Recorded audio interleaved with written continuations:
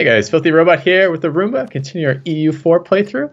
And here I'm going to read every single box out loud, and we're going to discuss in depth the ramifications of these, correct? No. Let's not read through all of them. So we have 18 of these, and it's 18 sevens to figure out the number of total things we're going to read.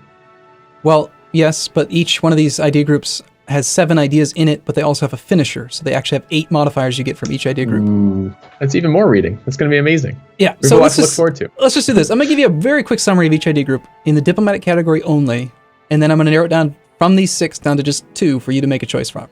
Perfect. Espionage ideas is about spying. It makes you better at spying. Pretty straightforward. Reading those, they look kind of weak. They are very weak. They are pretty trashed here. And Espionage Ideas has had a few revamps, and it's pretty much one of the worst idea groups in the entire game. So we're not going to let you choose that one. I've tried it since they recently revamped the espionage system, and it still is just not good enough to justify taking, ever. Diplomatic Ideas is about giving you the ability to cancel royal marriages for free. You can break truces for less stability hits, less aggressive expansion. It gives you more diplomatic interactions. Because they have an extra diplomat, more diplomatic relations, better diplomatic reputation. Negotiation caught my eye on that, but the rest didn't seem particularly useful right this instant. The 7th idea, Diplomatic Core, is very good. Diplomatic tech cost minus 10% will save you thousands and thousands of monarch points over the course of a game. There's 32 tech levels, and you start on tech 3 as our nation, so that's 29 levels of tech you could potentially save, depending on what tech level you actually are at when you finish this idea group. So we're talking about a couple thousand points. It's a lot. Trade Ideas, quite naturally, is about trading. Makes you much better at making money from trade routes. You get more merchants. You can steer trade better. I need to stop you for half a second because I don't know if I'm fully understanding some part of this yet. So when we click on, if I were to click on Trade Ideas, do we get all 7 of these bonuses right now, or do we choose one of those 7? No, you build them up from left to right. Okay, that is important information. Yep. So the first idea you would unlock would cost you 400 Diplo points, and in this case, if you took trade, the first idea you would take is global trade power plus 20%. Okay. After that, the second idea would be the extra merchant, and you just keep working your way up. 400 again for that? Yes, 2,800 points for a whole idea group. All right, and can I get these bonuses whenever I have the points available for them, or is there some other timing? Okay, just buy them when they're available, when I have the points. Just like taking a technology level. Whenever you feel like it's the right time for your nation to tech up, you can take an idea. Okay, so you're up through Trade Ideas. Keep going. Yeah. Exploration is all about colonization. If you want to make colonial nations and milk the money from the New World, that's what that's all about. Sounds glorious, but this is a part of the game we've never talked about at all. I didn't even realize that colonizing the New World was part of this. Yeah. Oh, yeah. Well, of course, the New World wasn't colonized in 1444, so we got to go colonize the New World.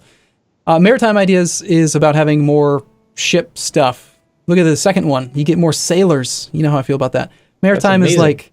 Well, we're just going to take it for that. Then we're going to spend all the Diplo points till we get Merchant Marines, and then we're done. We're good. Yeah, that's the second lowest idea group, at least in my mind. I hate Maritime Ideas as well, because almost all of them are trash. But anyway, and then Influence is about vassal integration. It's about having lots of vassals, diplomatically annexing people instead of conquering them. Wow, so none of these are all that appealing then from the sounds of it to me, because we don't care about the espionage, we don't care about the maritime stuff, we don't care about the influence ideas. So really, let me guess, you're going to narrow it down between trade ideas and let's look through the other one. I'd go down to the 3, diplomatic, trade, or exploration. Okay. I'm not quite getting you down to the 2 you wanted, but we've cut it in half. Yeah. Okay. Now the thing is I guess we're not using these diplomatic power for much anything right now. I don't really know what else we can use it for. So the idea of having another diplomat is really abhorrent to me right now. Yes. Because I don't like micromanaging them. We're also not using our diplomatic relations right now. Yeah, it would be a while till we got anything of value out of diplomatic ideas. I assume that just the passive income off trade would be useful.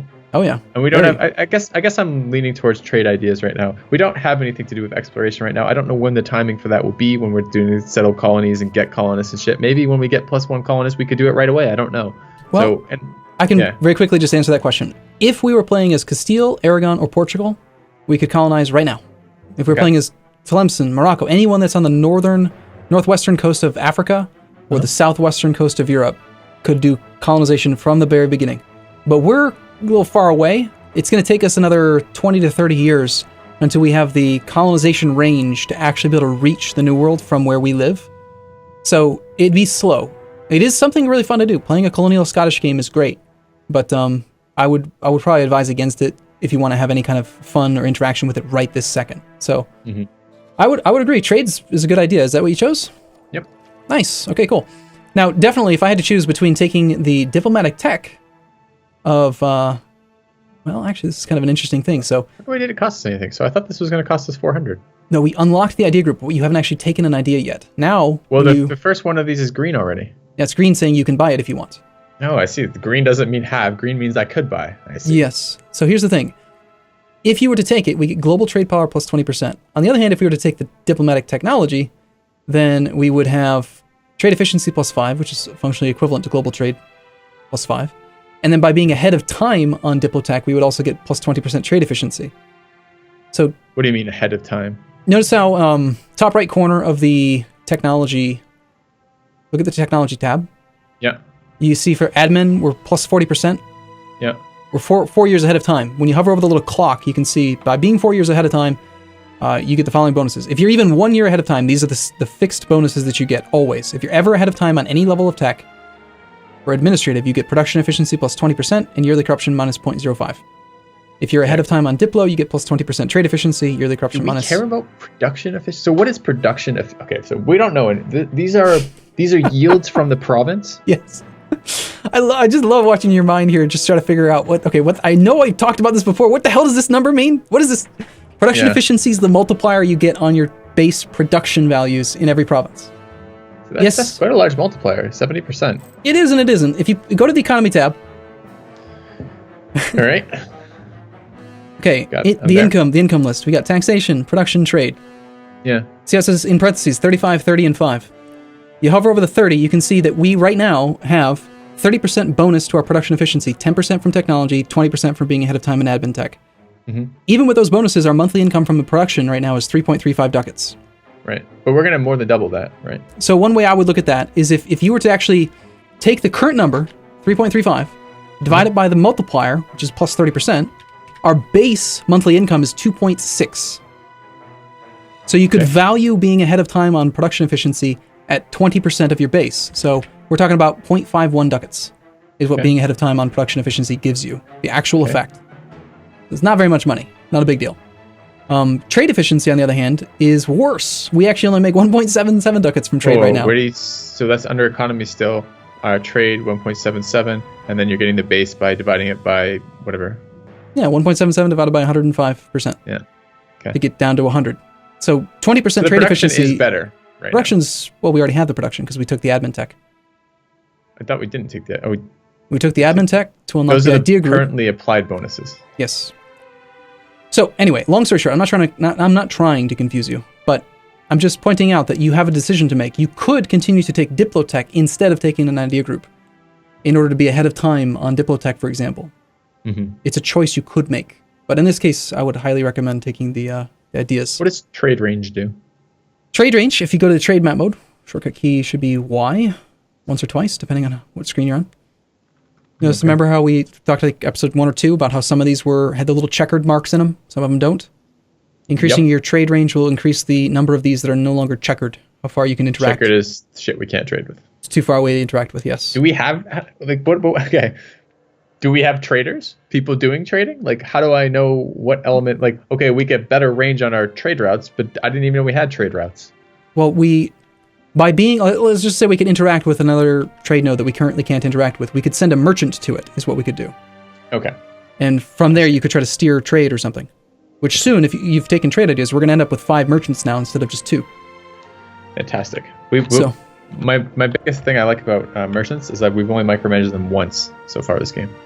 So that was kind of nice. So more of those is fine. Well, now that you've taken trade ideas, this is actually going to become a much, much bigger part to this specific Scottish playthrough, is that we're going to pay a lot more attention to trade than we would otherwise, because this is going to be a big part of how we shape our nation, how we build, how we choose where to expand, how we decide what kind of ships to build. Because clearly, if we're a trade-focused nation, we're going to want more light ships than we're going to want heavies and transports, because we really need to take advantage of our primary source of income, which is going to end up being trade this route. So anyway, go ahead and take the idea.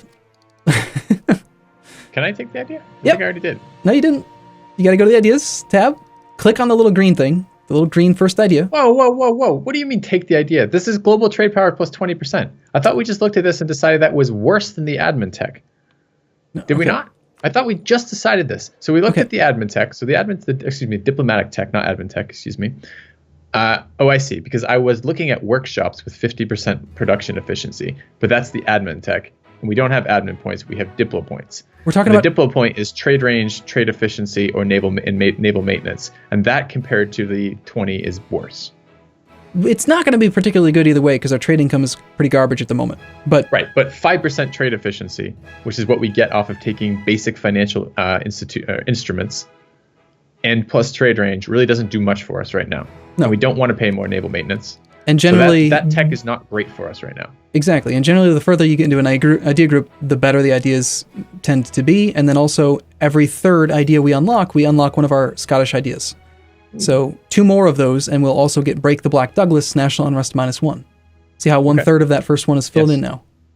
And then now you get your limit indicator saying we're most of the way towards an extra merchant.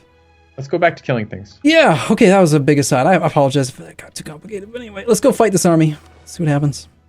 You want to watch the battle? No, I don't care about their battle. I care about our battle. Well, their battle is going to become our battle. Right now, he's rolled a horrible 1 versus a 9 in the shock phase. Good job, Novgorod. Trying to lose. He's fighting little guys. Oh, no, he's got bigger guys. There he goes. -1 versus a 7. Nice work, Novgorod. He's trying to lose this war. I don't even know if we want to reinforce this. He's about to get fucking stacked right. Do we want to go in there? If we reinforce this, we can probably win. But okay, that was the first round, right? He's only been 1 round. No, he's on his second shock phase right now. So he's like. This is the end. So sorry. What is the order? Fire then shock, or shock then? Fire then shock. Top left corner. Shock. So this is the end of the second round. See the white flag with the cross on it. If you hover over that, may not retreat until May 16th. He's got 2 more days till he can retreat. So if he survives just 2 more days, he's not going to get stack wiped. He'll be fine. But he's also not going to win this fight, and we still have the option to not reinforce. He rolled so poorly, I don't think we should reinforce. Yeah, I don't want to go near there. It's 20k army, and he's about to. This guy's at 10. He rolled like 2. Look at the roll right now. He rolled a 2 versus a 7 again. Like every single roll, he's been down by like 6. So I think you should just stop this and head back to. Yeah. Wow, okay. That is. We have a pressing engagement in the smallest. Sorry. That was impressively bad. That is no Wallace right there. No. So if we're not going to be in any battles, we want to retreat probably to like. Who is their leader? The Novgorod leader. He's a 0100. Yeah, what's his name though? His name is Yevgeny Vyumin. The insubstantial. Were you naming a province after a bad general from another nation? No, I'm not naming a province. I'm just suggesting what his nickname is. We have Wallace McGirthy. That is the insubstantial over there. Anyways. Okay. Well, anyway, I would probably park the army in defensive terrain, either Vitebsk or Bryansk. Defensive terrain I can find by finding the fucking queue. Simple terrain. Yep. And we're gonna go to Vitebsk. Yep. Just check your supply. Make sure that the supply limit can support the army, which it can. Don't know how to do that. R key. So I click on a province. I can't do it directly from the province. If you click on the province itself, you could look at it that way. I now have various shades of brown. Yep. Supply limit 20, and that is just regiment supply. Yep. Like that's 20 to 14. 20 regiments. 15, whatever we're at right now. Mm-hmm. We're at 15. Yeah. Okay. Yep. Right. If you have the supply limit map mode open while your army is selected, it'll actually color it based on whether the army is safe to move into that province without suffering attrition. And it's green versus yellow. Green versus yellow versus red. Green is so like anywhere in this entire world pretty much right now we could go except for like 3 spots. Yeah, and the big reason for that is that Wallace has 5 maneuvers, so he's reducing the unit weight by 5. So our 15 stack is effectively marching around like it's a 10 stack. Got it. Okay, cool. Anyway, let's just wait and see what happens because we have to. We're not doing that fight. We could go try to fight that Tiver army again. We could easily beat him up there, but hanging out near Lithuania seems pretty appealing to me as well. Okay. We're not deploying more troops. I don't want to spend money reinforcing right now. Too low on cash. Would you like to go up to speed 3 then while we... Yes. Genoa has declared war in Milan. Alright, so that troop stack ran all the way over this way. Still at 10k. I assume they're going to reinforce it. Look at these big armies just moving around doing nothing. Got kicked out of England because we were trying to spy too much. Well, Lithuania is still just kind of messing about with this war with the Teutons. Now, notice that there was a peace deal. We're at minus 4%. I did not notice we're at a peace deal. That's annoying. Okay. Well, there was a peace deal. Poland and the Teutons are no longer at war. How did you see that there was a peace deal? I was just watching the map, I think. Okay. I think there may have been a pop-up. I don't know. I click them off so quickly most of the time that Don't worry about it. I forget about them. But Poland, left click on any province in Poland. And now you should see the darker green or the full green. You can see he conquered 4 new provinces from the Teutons, the green dashed lines. Yep. So because he ended his war with the Teutons, the land that he had occupied that he didn't take is now back in the Teutons' control. So this has just kind of caused Lithuania to just, oh crap, I gotta go siege this stuff. So now he's gonna go after all those provinces that are now unoccupied. So Lithuania is not gonna be any help here for a while. And that means we're not gonna be any help for a while. Just out of curiosity, so if I have Lithuania selected now, and I can see that there's the yellow and reds on Muscovy, and one of the provinces of Muscovy is the RZHEV province. Yeah. So that means they have claims on that, right? Yep, exactly. And isn't there better war score based on occupying territories that they have claims in? No. War score is just based on the development of the province. I thought when we were fighting in the north of England, that by occupying Cumbria, we had better war score per time period. By occupying Cumbria, it was the war goal. Okay, that's different than the claim. Yeah, if you want to look at the war goal, the war that we're in is the Muscovite conquest of Kargopol. So the war goal is the province of Kargopol. Okay. Where the fuck is Kargopol? Does it tell me that somewhere? If you... I can find it again using F, I suppose, but I was just wondering if there was an easy... Not really, no. So because Muscovy occupies the war goal right now, he's earning a ticking war score, but... I'm letting you control the army, and you don't really want to march up there and defend it, so it's fine. No, I don't want to fucking... By the way... Look at the 18 stack roaming around up there. By the way, I just want to go ahead and point out how amazing our ally is. He just marched his army through the province we were sitting in, just caused us both to suffer attrition. It's brilliant. Wow. He suffered 2.7. We only suffered 0.8 because we have Wallace, but yeah, it was brilliant maneuvering there, Novgorod. All right, well, okay, he's marked up there. We got a pop-up. Business is booming. Nice. Sounds like a trade. Merchants are attracted to our realm, and our trade efficiency has increased as well. We just gained 5% trade efficiency until 1472. 10 years. Okay, so what that is, it's not a big deal, but I just want to mention it. It's called a pulse event.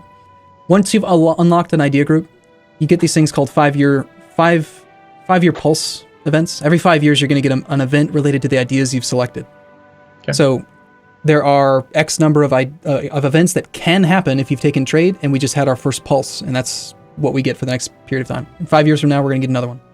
Some of them are good, some of them are bad, most of them are good. All right, I'm now interested in poking my head out here a little bit. Can we take I don't know how to compare this still. So all right, if I right-click on Muscovy, I can see his tech level. His military tech level is 5. Mm-hmm. So we're equal military tech level with him. He has an 18 stack, we have a 15 stack. I don't know how to see, his morale is at full, but I don't know, that's not like the same amount of morale. There's things that modify morale, right? So him being at full is not the same as us being at full necessarily. We most likely have more morale than he does, just based on the fact that I'm pretty sure we have more prestige than he does. So you can check that in the ledger if you'd like. I'll just go check it real quick. Yeah. He's got 5 prestige. So we definitely have more morale than he does. We also still have our Morale of Armies advisor, which he may or may not have. We probably have a good... Looking at his stack here, he has leaders. It says leaders, the three in the crossed rifles, that's fire stage, right? Yes. And fire stage is not very important here. Exactly. His general is deceptively bad. It looks good. 0 shock, 3, and it has, like, what's the cannon one? It's siege value. It increases. But he has no siege units. It doesn't matter. So he gets +1 to his siege rolls because the general provides siege value. Okay, that's fine. But no one gives a fuck for that. That doesn't affect battles. Exactly. Right. So he basically has a good modifier to a shitty attribute. He has a 0 modifier to a better attribute, and then he has 14 infantry and 4 cav. Yeah. So his army's wider than ours. We would get flanked. That's bad. We have better maneuver. We have a 2-2 versus his 3-0. So because we have better maneuver, we would never have to worry about rivers. All we have to care about is the terrain itself. So if we could choose defensive terrain and make him suffer a river crossing with a -2 penalty, we could easily beat that army. But we're going to take substantial casualties. 25, 30, 40% of our army will die, and we'll get to reinforce them. So But wiping that or doing a pretty big damage to that 18 stack could be good, especially while Novgorod is sieging. Well, I guess the siege is going to take fucking forever. So it might not matter that much for that. Okay. I would recommend, man, all of their generals are so lopsided. Pskov has a 5031, Muscovy has a 3031, and Tver has a 3011. None of them have a single point in shock. That is so bad. Ow. Anyway, I'm going to just steer your attention to that army that's in the northwest part. The Tver army, the 5.5 stack, marching into Kexholm. Okay. You think we should go pick off a smaller army because it's easier? Go for the weaker army, yeah. Okay. Great. Because remember, just like last time, if we can attack that army and then the enemy tries to reinforce, and we can beat that army before they arrive, we can then become the defender in defensive terrain behind a river. Okay. And it's an easier army for us to fight in the first place. It's also a slightly worse general. Well, not much worse than the Muscovy general, but... So if I look at this, they are going to Kex. Knowing that the terrain map doesn't also have the names on it. So they're going to Kex. Unfortunately, we don't have military access through Denmark. We also can't get it because they hate us. Yeah. Which is annoying, but... Okay. So yeah, I don't know. I would just march up that way. Probably go near Ladoga and see if you can see what you can see. Let's do it. Let's march up that way. All right. Cool. You need to make some stuff happen here, man. You're losing this war. -5 war score. The hell? Yep. Thought you were gonna do better. We're gonna get Wallace over there, and he'll lay down the girth. You know what's gonna end up happening, right? Yeah. Wallace. Okay, wait. Got a battle happening.